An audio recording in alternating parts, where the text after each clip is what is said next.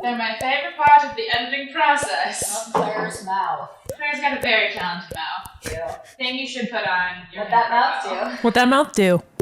Does anyone want to date Claire? Here's what that mouth do. This could Narrate your this could be the soundtrack of our lives. The soundtrack of your life. You take me home, I make can't. these sounds, and you are warm Confused. inside. Are you warm inside? I don't know. Or cringy? You're cringing.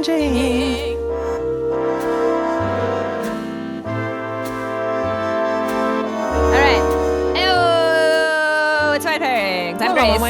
I'm Claire. There you go. Great. Okay. Well, so we're here in the official inside of season 6, doing the do. And yes, for those who, for some reason, didn't listen last week or forgot or doing this out of order, this season is all about reduxing. You guys ranked, you picked your favorites, your prompts, and we're just gonna do them again. Once more with feeling. Once more with feeling. Yes. I have forgotten. Are most of the prompts from season 1? No. Okay. Are half of them? I feel like it's no. Okay. So I went through all of our catalog. I listed out what the prompt was. I then eliminated any that were fandom specific. So it wasn't like bring a Marvel one. And then I did a little bit of like cleaning up because some of the prompts were like a hair too specific. But I basically condensed it down to a list of kind of fun tags, prompts that we could look at. Mm-hmm. And then we filtered it through the Instagram where we did a very massive head-to-head voting like extravaganza. If you're not on the Instagram, you're really missing out on half of our production. And then that got us down scenes. to the prompts for our season. Yes. So And I think it's going to be a good season. Also, like not unofficially, we've been like scoping out what fandoms you guys have been feeling like we've been missing. So that's not like really part of it, but like it's giving us a lot of inspiration, at least me for this one that I'm going to read today. So this one was interesting because I was given Fix It Fic. yes. Which originally was for you and maybe like season 2? Yes. Or 3? 2? I think it was 2. And you fixed the entirety of How I Met Your Mother. So I had a tough game on my hands of like, how do I fix an entire thing? Yes. And so what I did was I started looking through the Marauders. I love the Marauders. And I don't see like I never really like started diving into the different Harry Potter generations. Like I know a lot of people write fic about like the next gen. The kids. Sure. They have a name. I don't know what it is. I don't remember, but it's that. Or Harry Potter's grown and an adult. Yeah. That's its own thing. Yeah. I read the Marauders because since we didn't have a ton of, it was like. Okay. So what's like when people say Marauders, do they just mean like the characters at the time period? Is that, because I know there's like fan or like, is there a movie of the Marauders? But it's like not I think at one point one? there was going to maybe be a TV show. Okay. Because I remember seeing production stuff and I was like, I'm sorry, I don't. No, this isn't out. Yeah. Where is it? That. So one, my personal thing with the Marauders is like, I didn't ever read like just regular Harry Potter fanfic because I was like too pure for, I wasn't ready for it. And then when I started reading The Fucking Cursed Child, I was like, you know what? If she's going to fuck around, I can also find out. Fair. So I couldn't read the traditional Harry Potter fanfic, but I could read all the Marauder stuff because since we didn't have a ton of the canon. It felt like a better place to explore. Yeah, then it felt comfortable and okay to explore the Marauders and like Wolfstar and like, James and Lily, Jilly or whatever their couple name is. The Marauders is not like a place that I know a lot about in terms of like either, because I kind of dropped off the bandwagon after the books were done. So I didn't do it. I did Pottermore for a little bit and I know there's a lot of lore that like came up there. So like when I read Harry Potter, I was not paying attention to the adults. Like they were full side characters to me. I could not have told you like all this stuff about like Remus Sirius. I was like, okay. Like everyone was like, they're clearly in love. And I was like, I could not tell you one thing that they did if the main 3 were not around. Yeah. Like not in my brain space. So I was not like super aware of this fandom. So it was fun to dive in. Yeah. And I figured if we're going to fix all of Harry Potter, which we do at this point. Good. Where else to go, but the full past. We have to go back. We have to go deeper. We have to go deeper. We have to go farther back. Yes. And so I found this fic and got in touch with the author. The name of the fic is If I Could Find a Way by Zephyrfox. Zephyrfox. Yeah, Zephyr. That's, yes. Yeah. And it is, I want to say it's fairly recent. It's from 2019. So I want to get in touch with this author. And that was especially fun because when I did, they, as far as I know, are our most senior writer. So I got in touch with them and they said it was fine to read the fic. And I was like, people just kind of tell us, whatever. Some people tell us their age or maybe their like job is always fun. Yeah. And so they got back and they said, I go by Callan. I'm 54. Ooh. They, them. Wow. In the US, and they're a historian. And What? they've been writing and posting fic since 2005. That is so cool. I know. I was like, wow, this person is almost on like their second decade of writing fic. Right. Like that's crazy. That's so cool. So they, I think, originally wrote for like the James Bond fandom, which I was like, I don't even know what that means. Like, I've never experienced. That's so wild. And I'm like, it was a different time, obviously, but I'm like, I get, yeah, that would make sense. Like, I mean, it's they're always still a different, making- it's always a different James Bond, so you can really like play with it. Like, Yeah. it's the It's very American Doctor Who. Yeah, 100%. And then more Though recently, he hasn't always been played by an American, and he's technically British. yeah, and we in America like James Bond. yeah. I was like, in wait a second. a similar way. No, that's not even true. It makes sense, but it doesn't make sense. Don't No. worry about it. My dad's a big James Bond fan, so I've seen a lot of the It movies. feels like a very American culture. Yeah. Like, yeah. like it's we're gonna kill people and go on missions, and Doctor Who's like, we're gonna be curious and make friends. Yeah. Like, it's very like tone is different. Anyway, but now they write more for Harry Potter and the Witcher fandom. So Oh, sick. they also said that they kind of wrote it in their head on a car trip and then wrote it down after. I And love I was like, those. that really, because they wanted to think about like different sides of the story of like the opening of Harry Potter, like why was all this happening, and some different elements that like could have or should have been brought in that were not maybe explored. So let's get into our drink, which is a dark and stormy butter beer. Oh. I'm proud of this one. I don't know if it's good. I think it's good. I did taste it, but I also don't have a good like sense of taste.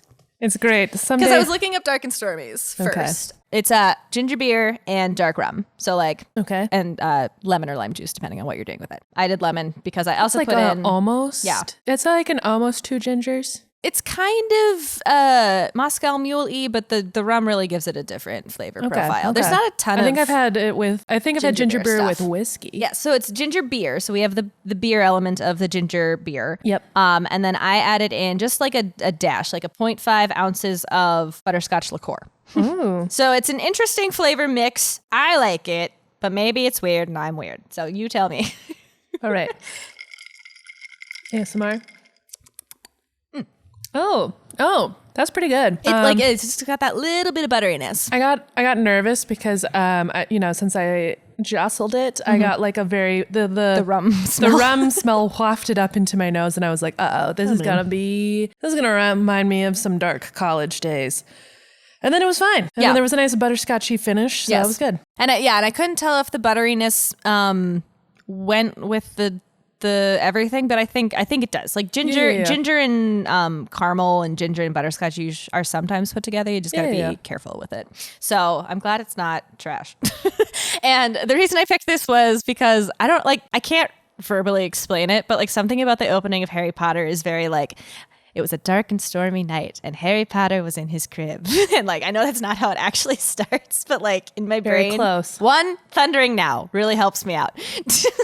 The vibes, immaculate. The vibes were correct. And so it kind of feels like it's not murder mystery, but it's like plotty, which feels dark and stormy night-y to me. Good. So this is just all vibes. Good. And also obviously butterbeer is Harry Potter. This centers around Remus and Sirius. Yep. On the night Wolfstar. of Harry Potter's the story arc, honestly. Yeah. The day he became the boy who lived. Yes. Fix it, fix it, fix it, fix it. Oh, we're fixing it all the way back. Yes. We're retconning the entire story. Good. Good. As we should. Pads. Grief clawed at his chest like a wild thing as he stumbled through the darkness. Sirius had only one purpose now. Everything else was lost in the blur surrounding him. A figure appeared from out of the shadows, becoming real as it stepped into a pool of light. His awareness expanded enough to recognize there was a street lamp overhead, illuminating the night. The figure's familiar scent reached him over the smell of exhaust fumes and the road beside him. It wasn't his prey. He could ignore it. He had to keep searching. Strong hands grasped his upper arms and forced him to stop. Sirius snarled and tried to shrug them off. He needed to get away. He had no time for this. He had to stop the traitor. His very soul howled for revenge. Padfoot! He finally succeeded in shaking off the hands trying to hold him back. He looked wildly around the street, seeing only a few muggles and their automobiles. The traitor, where is he? The rat, he was here. He had to be. So they're like on the literal tail of Peter Pettigrew. The literal tail. I think he's still a rat. That's how he escaped in his rat form. He turned into a rat. Yeah. That's what he was. Sirius got framed for Peter Pettigrew's murder. Yes. All they found was like Sirius and Peter's fucking thumb. I like truly, again, this is just my like brain of like, I don't remember context. Like I didn't remember anything about like the inception of Harry Potter being connected to like Sirius Black and like Peter Pettigrew's and like all these things. I was like, yeah, these all happened around each other. Yeah. Peter, think about it being like the same day. Pete. Damn old Pete. Peter was the secret keeper for James and Lily because they thought that Sirius would be too obvious. And so they were hiding because they and Neville Longbottom's parents, since Neville and Harry are both born at the end of July, they're like, one of these kids is gonna be the chosen one. Is the chosen one, and Voldemort wanted to kill both of them. Right. Yeah, so Peter was supposed to keep the secret for Lily and James. He outed them. Sirius is like, that's such a bitch move. Wait, did he out the fact that it was Harry? No, he outed where they were staying, and that's how Voldemort knew. Okay. Because the secret was like the magic protecting them at their house was that only one person. Why didn't he rat out Neville? Like, why didn't he just kill Because he both wasn't of the them? secret keeper for Neville. Oh, so he was the secret so keeper. So he didn't know. They had to separate the secret. That makes sense. So they were. I've truly forgotten all of this lore. The secret was like the location of the house. Magic was protecting the location of the house. When Peter rats them out like the rat he is, then Sirius is like, what a bitch, and like hunts him down and is like, hey, he was like, hey, we were friends. Why? How could you do that to your best friend? And Peter is like, fuck you, cuts off his finger, turns into a rat, but like also blows like a gas main. Yeah. And so like Sirius comes to two and everyone thinks that he blew up Peter. The house. Yeah. And they're like, wow, he's such a bitch. He sucked. He's such a rude dude. I wonder if like Peter Pettigrew and like Azkaban. I assume he was already an animagus who could turn into a rat, but like they were all animaguses as teenagers. But it would be extra funny for him, like if by chance he was not, he was just like, you know what would be a cruel irony is if I ratted them out and then turned into a rat. Like he really planned this like this dramatic flair. No, they all learned to be from a writing standpoint. It makes sense, but from like a they were all animaguses. Anime guy. That sounds right. In Hogwarts. What? That's where the Marauders animal would you be? That's why the Marauders map existed. What would be your dramatic irony? Animagus, if you were like, this would really complete my life circle to turn into this animal. Ponder. I mean, I feel like it's a cat, but like I don't have like a pun where like I've betrayed my friends and I'm an otter. I'm an otter. I don't have a story arc of my life yet to know I don't know what the animal would be. I won't be able to know until I'm laying in my deathbed, and then I'll be like, now I know I was a giraffe the whole time. Yeah, you gotta have a real like life plot moment. Yeah, I haven't lived enough to know the like dark truth of my life. I'm gonna ponder this as I read. Okay. Okay. He finally succeeded in shaking off the hands trying to hold him back. He looked wildly around the street, seeing only a few muggles in their automobiles. The traitor, where was he? The rat was here. He had to be. Merlin's beard, Sirius. Finite incantatum. Sirius stopped short and stared at his surroundings. A quiet muggle side street, with cars going past on a wider connecting street. Why was he here? With Remus in front of him. He'd just been in Godric's Hollow, holding Harry, safe in his arms after... He sobbed a breath, unable to finish the thought. He'd lost his godson. Couldn't he do even that one thing right? James, Lily, I failed you both. I swear I won't fail Harry again. He shook his head, rather like a dog shaking off water, and Remus hugged him. He let himself lean into the comforting warmth of his friend's arms. Moony? Remus met his gaze as if searching for a shred of sanity in his eyes. Truthfully, Sirius wasn't sure what his friend would find. Are you all right now, Sirius? I think someone hit you with a Confundus charm, followed by an Imperio. He frowned, trying to think back to his last clear memory, flinching away from the thoughts of destruction he'd seen. Who did it? Where's Harry? I think Hagrid took him, but I didn't see who cast the spells on you. I got there too late, Remus said, his voice catching on the last word, as if he wanted to howl his own pain to the uncaring moon above. Sorry, just the idea of like a man just being like, I got there too late. Woo! Like, it's not like it couldn't turn into a howl. Anyway, they're very in their animal Yeah. descriptions this day. That's because they're feeling a lot of emotions. Oh, true. They're like, they can't human right now. Yeah. They're in too much of a lizard brain state of pain. They're feeling feral. I would be a lizard. That would be fun. Like, you know how when I just like I'll like do something and not realize, or I'll say something like I'm fully in lizard brain mode of like just wandering around. I think I would be a lizard. Grace is finally just doing things without having to think about it consciously. I think Good for her. I think I'm a kitty cat. Partially in that, like, you know, you're just how, like, yesterday I was just walking around and then all of a sudden NPC brain took over and I just turned off. It's like when you know you're watching your cat and they just all of a sudden like kind of glitch. they just like forget that they are a cat, or they just like, or this morning when I had too much caffeine where I all of a sudden was like, I had like cat zoomies. Yeah. Oh no, we had the zoomies off each other this morning for like a full 20 minutes for no reason at all. I think the coffee was just like a little stronger. I don't know why. The vibes were crazy. It was a good time. Okay. Back to this sad story. Yeah. Sirius slumped then, resting his forehead on his friend's shoulder. They're gone, Moony. James and Lily are gone. He could barely speak around the lump of grief in his throat, threatening to cut off his breath. That was all right. If he died, he'd be with them, with James and Lily. Don't think like that. Remus inhaled sharply and grasped Sirius' arms once more, pushing him back to stare into his face with gentle brown eyes gone wild with realization. They don't have to be gone, Remus said urgently. No, Sirius, listen to me. There's still time to save them. He didn't dare let slip the hope that tried to flare at his friend's words, but Remus would never lie to him. If he said there was a way to save them, how? The word sounded as if it had been torn from the depths of his soul. Time, Remus said, dark eyes boring into his as if willing him to understand. Sirius shook his head. He had no idea what that was supposed to mean. Here now! What are you two doing? They both looked over at the sharp voice. A constable walked toward them from the direction of the wider street, an air of tension about him. We need to get out of here, Remus muttered. Are you ready? For what? The words were barely out of his mouth before he found himself yanked away in a side-along apparition. They landed on the upper floor of the shrieking shack, in the room they had turned into a kind of den. It was the only place that could be safe for them now. The shack was a perfectly hidden spot, and it was so surrounded by protective spells that it was practically hermetically sealed. He could almost smell Lily's perfume from the last time they had all been there. Sirius stumbled, trying to contain a sudden nausea. He'd never smell her perfume again. He swallowed and lashed out at the nearest target. Merlin's left nut, Moony. What the hell are you doing? That was a muggle. The statute won't matter, Remus said soothingly. Not if I'm right. Not if we can pull this off. For a moment, Sirius wondered if they were in that mirror world that the American telly show Lily had liked. From the American telly show that Lily had liked. Don't know what that's referencing. Where the good guys were bad guys instead. Or maybe they just switched bodies. You sound like you're me. Remus patted his arm. Don't worry. He unbuttoned his muggle shirt, revealing a necklace with a small metal and glass object. Time turner. Remus patted his arm. It's from the same book. Don't worry. Sirius braced his hand against the wall for support. Moony, he breathed, feeling better than he had in hours. That's a time turner. Yes.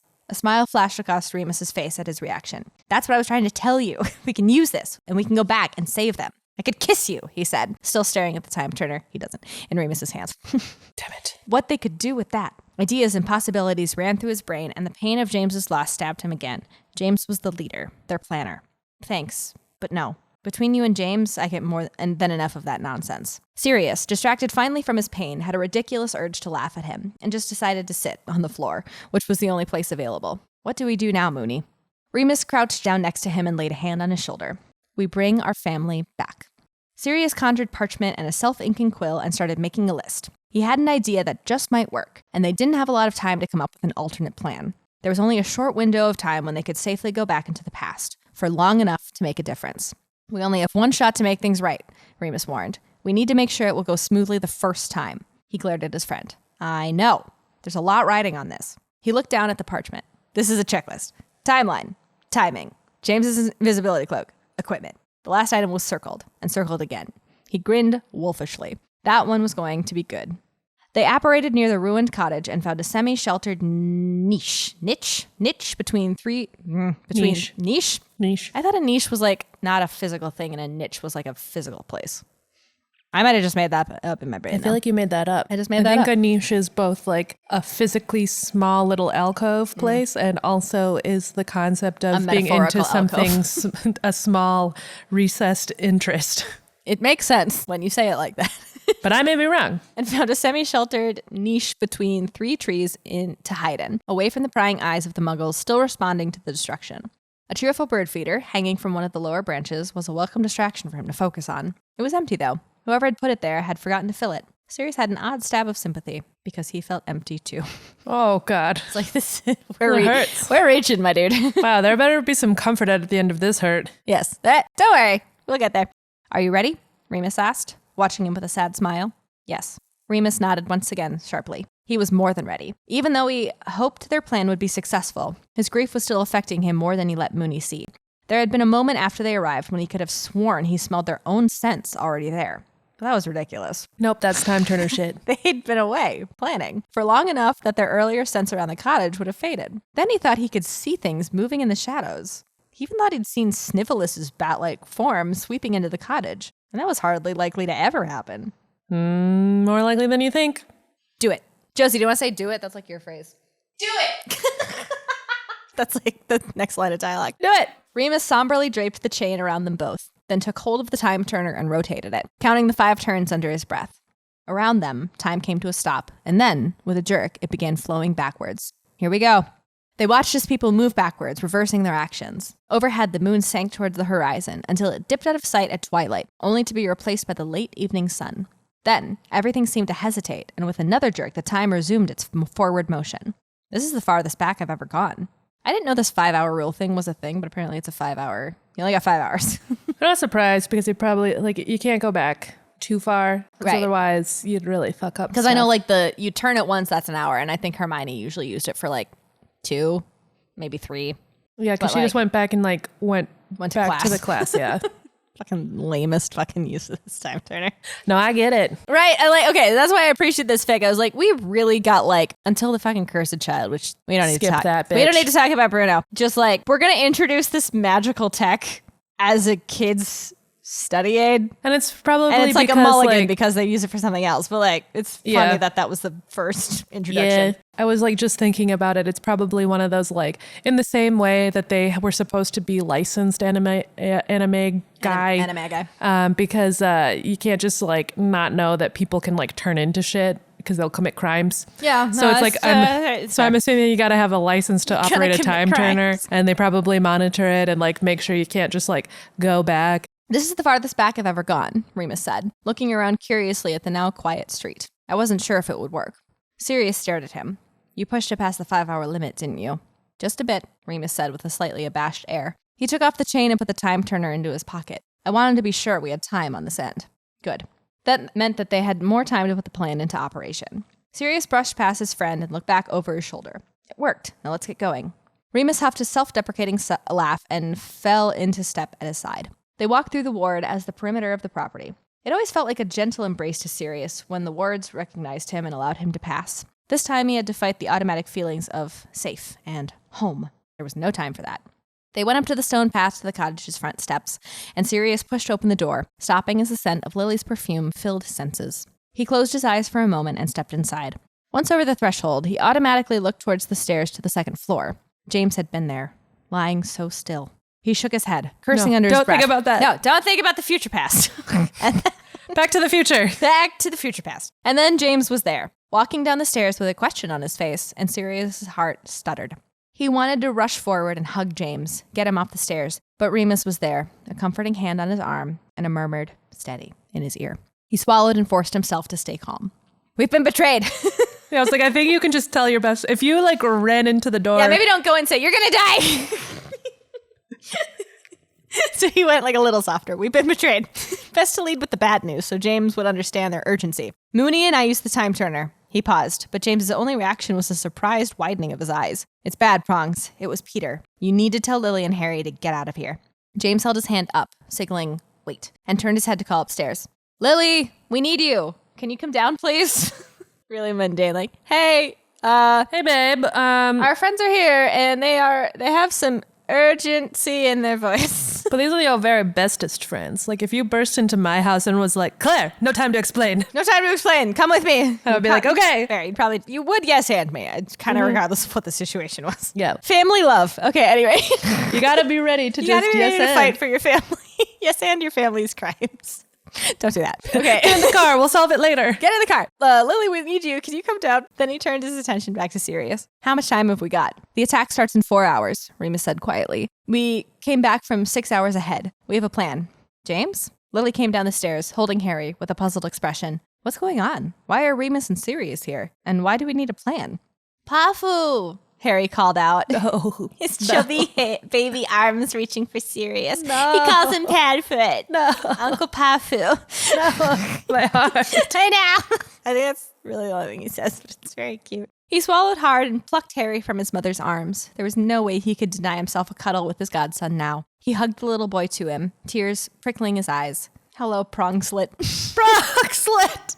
My little fragile heart. Tiny prong. What is prongs?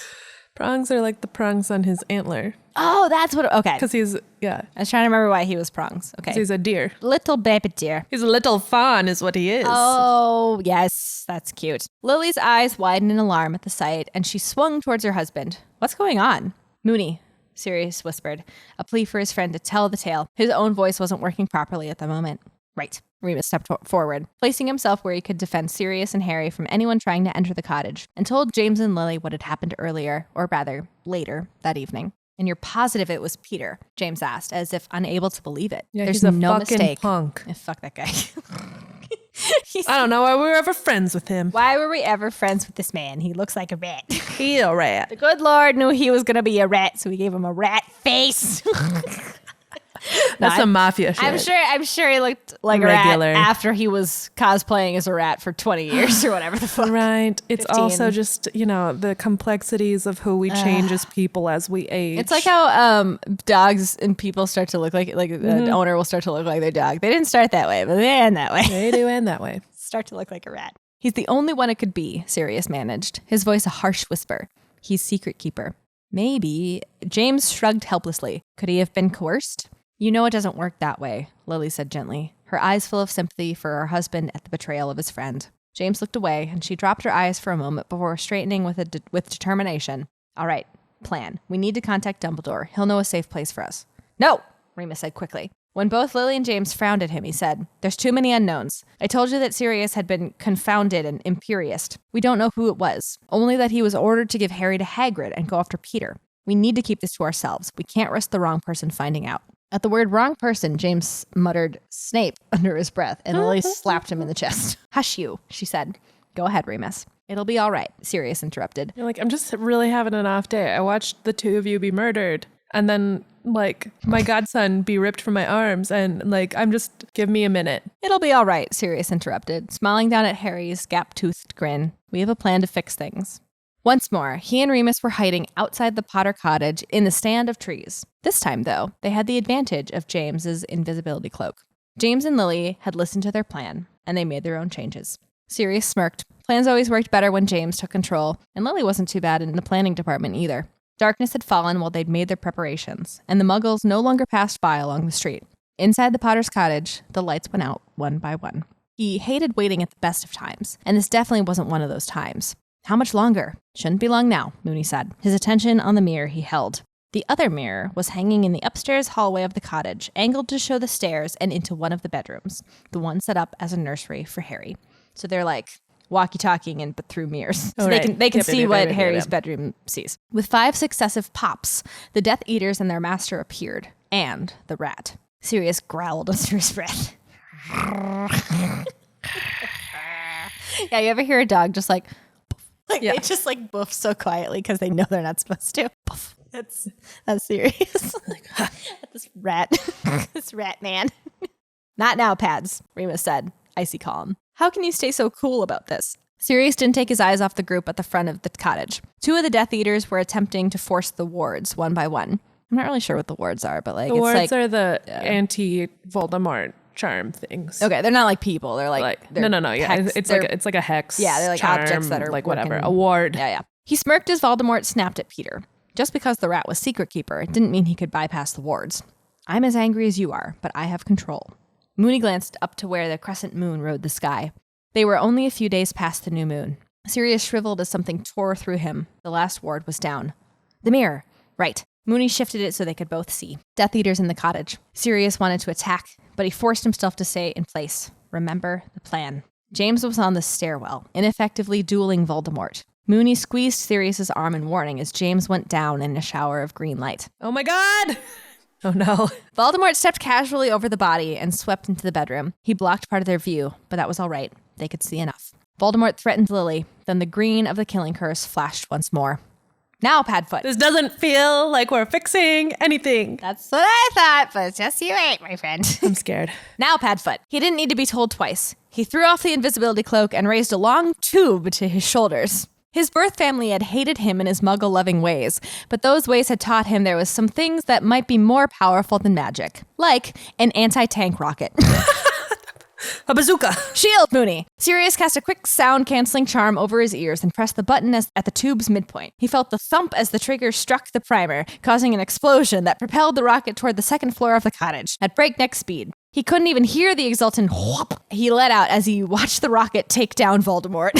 Holy buckets. And part of the second story of the cottage. Yep, I was going to say anti-tank also means anti a lot of stuff. Anti most things. Everything. Pretty much everything is less strong than a tank. Yep. Like a house. Yeah. He dismissed the sound-canceling charm as the rubble fell. A baby's terrified crying cut through the night, and it took everything he had not to rush to Harry's side. Moony shifted restlessly beside him, telling him that his friend felt the same. They both had a strong instinct to protect the cub. The shield worked, he told Moony, unnecessarily. Of course it did. I do good work. Here, give me that. Moony took the rocket launcher and with a wave of his wand, muttered a spell, transfiguring it into a bird feeder. It's empty! Because Serious? he's already been... Sirius smiled. It was just like Moony to take something manufactured for destruction and turn it into something to help the living. There was a convenient hook on the tree next to him, so he hung it from the low branch and did a double take. That was the same bird feeder. Yeah, don't worry about it. An anguished wail came from the street, drowning out the child crying in the cottage, and he and Moony turned together. It's me. The younger Sirius raced frantically into the ruined cottage. He felt his shoulder creep up towards his ears as he cringed, anxiety taking hold. Not long now, Remus said, his voice a steady rock Sirius could lean on, and he draped the invisibility cloak back over the both of them. Sure enough, Hagrid appeared moments later, landing next to Sirius's abandoned motorbike. The half-giant stood there, gaping at the destruction as if he couldn't believe it. An ashen-faced, stricken Sirius came back out of the cottage holding the now quiet baby, his anguished words carrying clearly through the night. My fault. I'm so sorry. All my fault. But it wasn't right. I swear it. Sirius! Hagrid's face crumpled with sorrow. They're dead, aren't they? James and Lily. I couldn't help them! The cry of despair startled the baby into a new, so he's just seeing himself relive this moment. Fucking sad. I'm a marshmallow watching myself cry with marshmallow all over the place. Watching myself relive the worst moment of my life. I'd be like, this is upsetting. Me too. I'm also sad. I'd be like, I remember Weird. that really cut extra deep. That's because it was 4 hours ago. I'd It be wasn't like, oh my even God. in the past. Jace. I couldn't help them. The cry of despair startled the baby into renewed wails, and younger Sirius hugged the baby tighter. Sorry, Harry. So sorry. All my fault. No, I would have never have believed it, Hagrid whispered, his eyes widening in shock. Then he straightened, demanding, give Harry to me. Or give Harry to me. It's written. It's written out phonetically. I'm just not doing it. In the shadows, Remus whispered into Sirius's ears. Merlin's beard. Hagrid thinks you're guilty. After all that, even I'd think I was guilty, he whispered back. Fucking surrounded by fucking crumbling walls. I'd probably think the one adult man was a little guilty. Maybe be careful what you say. Yeah. There are no Miranda rights in England. Or now. Or now. We're not going to talk about it. Okay. He whispered back, his heart aching for his younger self. Younger Sirius stared at the half-giant, wild-eyed, stepping back and turning his body to shield the baby from view. No, I'm his godfather. I promised to protect him. I promised. Hagrid held up his hand and spoke in what he probably thought was a soothing tone. Now take it easy, Sirius. You're upset. Look at little Harry. He's frightened. I can take him to Dumbledore. He'll be safe. Safe? Younger Sirius calmed somewhat, staring at Hagrid with something like hope. Promise.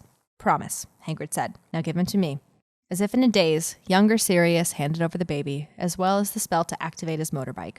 Hagrid mounted the motorbike, holding the baby in one arm. He looked sadly at the younger Sirius. I'm sorry, but if you're guilty, I can't have you getting away. He waved his umbrella wand. Petrificus totalis. Under the invisibility cloak, Remus kept a firm grip on Sirius to prevent him from going out to help his younger self. But Moony, that didn't happen before. How do you know? You don't remember. You need to wait until whoever confounds and Imperius you gets here. They waited. watching. As Hagrid rose into the air, no one else arrived. Sirius checked the time, worried. Something's wrong. Whoever it was should have arrived by now. And where are you? Shouldn't your younger self be here too? Remus shrugged, although a shadow in his eyes betrayed his concern. I got here right after your Patronus gave me the message that you needed help. How long ago did your younger self send it? He stared at Remus in horror. Mechanically, he pulled out his wand and cast the Patronus spell. When the silvery dog manifested, he gave it his message. Find Moony, he began, and huffed when the Patronus immediately pointed his muzzle at Remus. He's like, No, not this Moony. the other one. Tell him I need help at the cottage. There's something wrong. The Patronus cocked his head at him, and with an impatient air looked once more at Remus, as if to say, this is Moony, you idiot. Not him. Not him. Not this one. Sirius snapped, exasperated. The other Moony. He swore the Patronus rolled its eyes before lopping off. Faster! This is an emergency! He called after it. He was rewarded with a flick of its tail, but at least it put on speed, disappearing from sight as it raced away. Beside him, Remus watched the whole thing with an almost distracted air. After the Patronus vanished, though, he stiffened in shock. I'm sorry, Padfoot. He shook off the cloak and hurried to younger Sirius, casting 3 spells in quick succession. Venite Incantatem, Confoundus, Imperio. So they're manifesting their own destiny here. Yeah. I like this because it actually makes sense. Right. With time travel's fucking crazy to write, man. like It's hard. I wouldn't do it. It's just hard. Left behind under the invisibility cloak, Sirius watched as his best friend confounded his younger self and ordered him to go after Peter. When Remus finished, he hurried back and got under the cloak.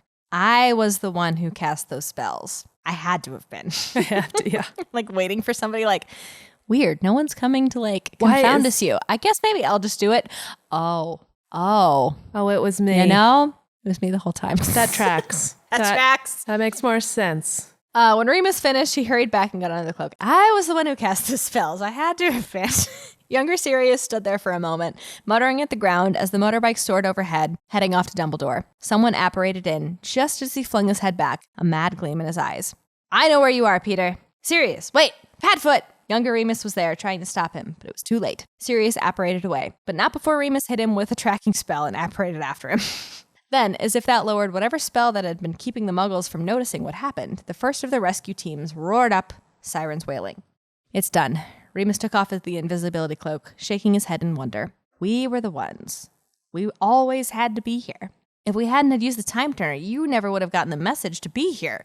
And you were the one to send me after Peter. Sirius paused, thinking about what he'd just said. Hang on, why did you send me after the rat? I didn't see his body in the mirror, so he must have transformed and escaped. And it was a good way to get you and me, once I showed up, out of the way before the Muggles showed up themselves. He nodded, considered that. Yeah, all right, that makes sense. Oh, shit, Muggles, Moony, that constable, the Muggle policeman? Remus groaned. You were right about the statute. We'll have to obliviate him. Sirius and Remus came out of the tunnel and into the shrieking shack that had changed dramatically from the last time they had seen it, a few minutes and a few hours ago. It was now brightly lit with the smell of delicious stew warming and happy laughter from a certain baby boy. No. James and Lily were there, ready for anything, with wands aimed at the intruders. It's just us, Sirius said with a bright grin. It's about time, James said while Lily stifled a laugh. They holstered their wands, and then they were in a 4-way hug, and Sirius knew everything would be all right. Later, after they had eaten their fill of Lily's excellent stew, they relaxed in the main room of the shack. So no time travel has happened. Just a heads up. Yep. It's just that they're alive. We don't know why. Yep. I had to read this a couple times. Okay. James sprawled on the couch, Lily nestled comfortably against his side watching, his best friend playing with Harry on the floor. Sirius lay there on his back while Harry bashed him with a succession of stuffed toys. So, Lily said, shifting against him in an apparent bid to get more comfortable, or to tease him. James wasn't quite sure. Everything that we couldn't explain earlier was really just the two of you. Remus, lounging sleepily on the chair with his feet up on the ottoman, turned to look in their direction. Everything, including what happened during the attack. You and James dead. Harry miraculously surviving. Voldemort destroyed. James winced in sympathy as a particularly enthusiastic swing of Harry's connected with Sirius in a place no man needed to be injured. His heart. I know Yeah, it's not. Hit him right in the heart. I know that's not where he got hit. Lily snickered as Sirius yelped and rolled over, trying to shield his crotch from further harm. A baby can bring you down now, Padfoot?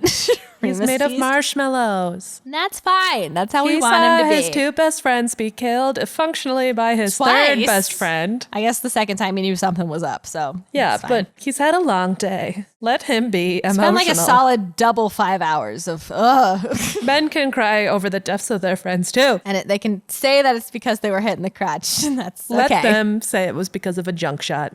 Sirius grumbled something at Remus that James couldn't quite make out, and Lily slipped out of his arms and off the couch. She conjured an ice pack and handed it over to Sirius. She bent down in front of Harry. And you, young man, come to Mummy. No more beating up Uncle Padfoot. That's my job.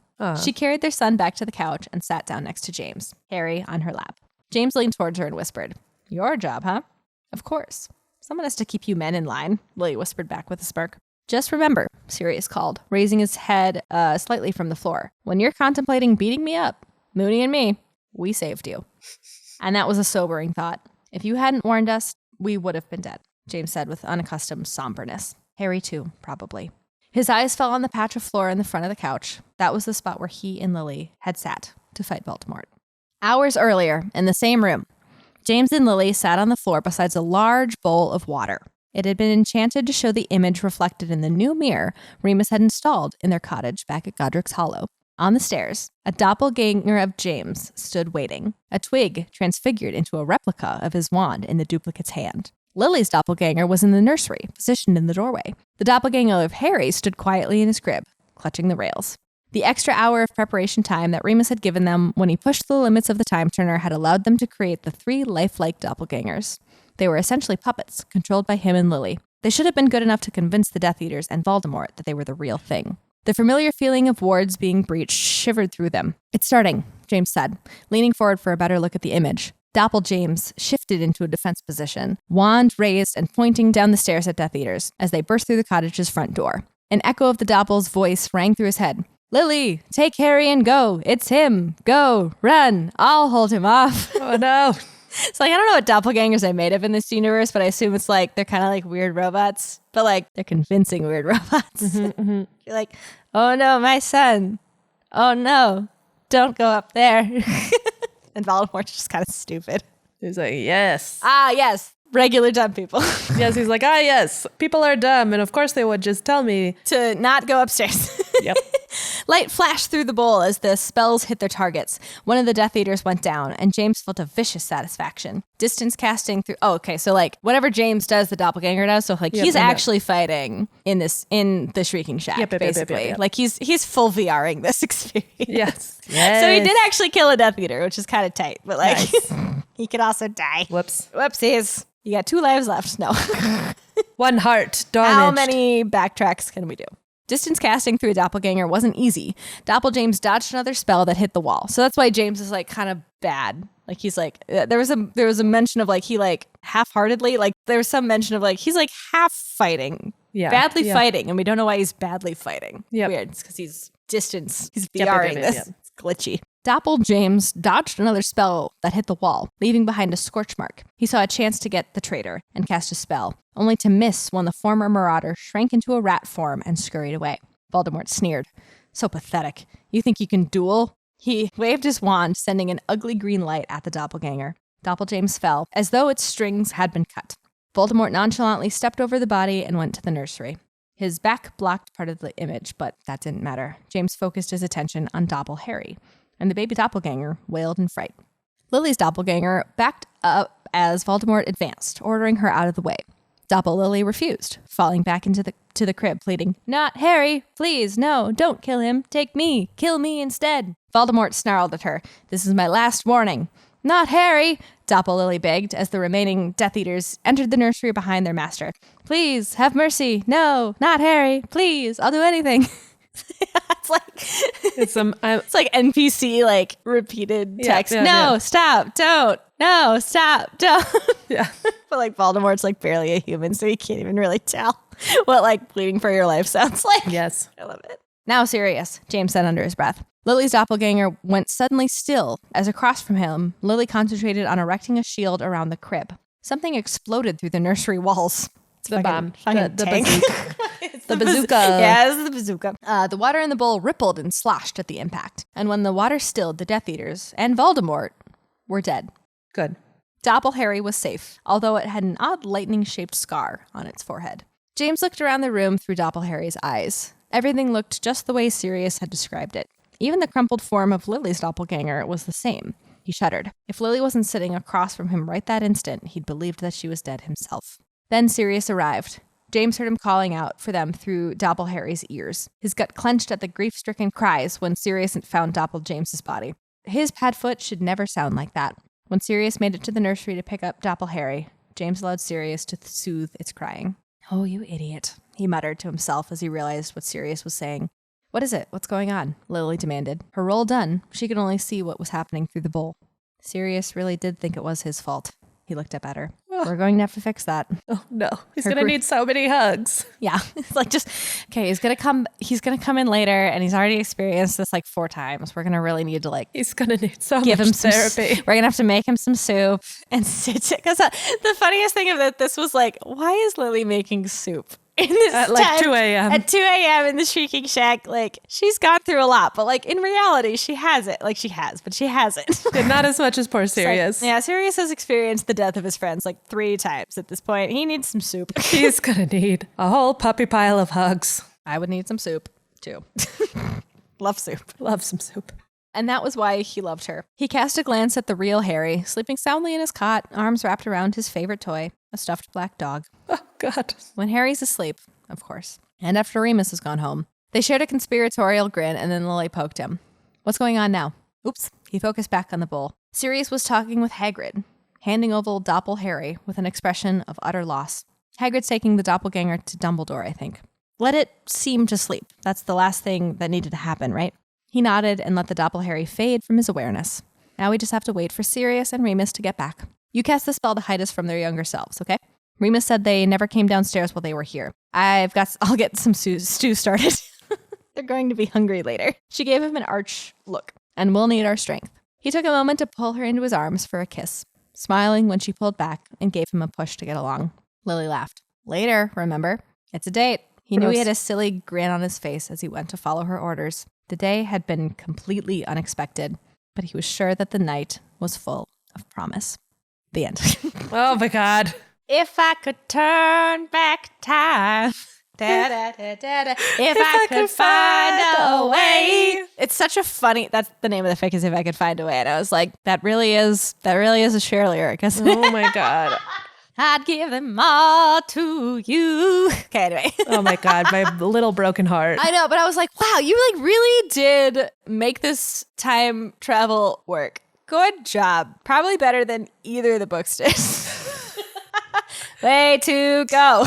It did really make sense. And so like we can expand upon like, okay, the setup was all the same, but at some point I would assume Voldemort is dead. Yeah. Maybe he's not, but at the very least we go through a different universe in which Harry's not an orphan. Yeah. So, and he doesn't have a scar. Yep. He's just a regular. He's just a regular dude. That's And maybe Lily and James can fight Voldemort if he so happens to come back. But he did get blowed up by He got blown up by a tank rocket. So maybe he's dead. I'd like to believe this is very if Hermione had a gun, I but know, like I was amplified. like, because like the rest of the, like I remember getting to that point and being like, I'm sorry, what is the tone? Because it seemed so like misplaced. But then I was like, I don't mind.